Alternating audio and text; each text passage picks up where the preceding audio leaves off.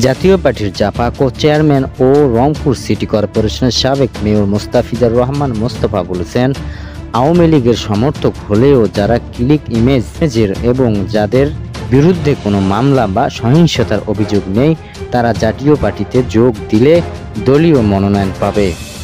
দুপুরে রংপুর নগর central road জাতীয় party JaPa দলীয় কার্যালয়ে এক কর্মী সভায় শেষে সাংবাদিকদের তিনি এসব কথা বলেন।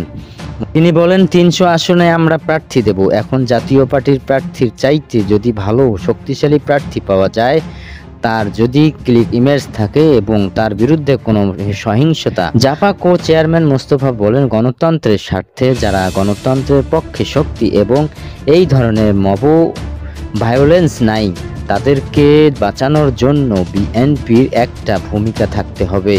তা না হলে বিএনপি একা হয়ে যাবে। সামনে যদি নির্বাচনে জাতীয় পার্টি না থাকে তাহলে ইসলামী ঐক্য জোট, জামায়াতে ইসলামী, চরমোনাই, এনসিপি, গণ অধিকার পরিষদ দলগুলো থাকতে চায়, আরেক দিকে থাকতে চায় বিএনপি। এখন তারা যদি বলে পিআর পদ্ধতি ছাড়া নির্বাচনে যাব না, তখন তারা যদি সরে দাঁড়ায় তাহলে বিএনপি একা হবে। তাহলে একক নির্বাচন জাতীয় আন্তর্জাতিকভাবে গ্রহণযোগ্য হবে না। বিএনপিকে বিপদে ফেলার জন্য স্বাধীনতা বিরোধী শক্তিরা কিন্তু চেষ্টা করছে। তিনি বলেন, তারা দেখছে বিএনপি তো এগিয়ে আছে, তারা রাষ্ট্র ক্ষমতায় যাবে। এখন বিএনপিকে আঘাত করতে গেলে পিআর পদ্ধতি বাস্তবায়ন ছাড়া নির্বাচনে যাবে না জামায়াতে ইসলামী। এরকম একটা খোঁড়া অজুহাত খুঁজে বিএনপিকে বিপদে ফেলার জন্য চেষ্টা করছে।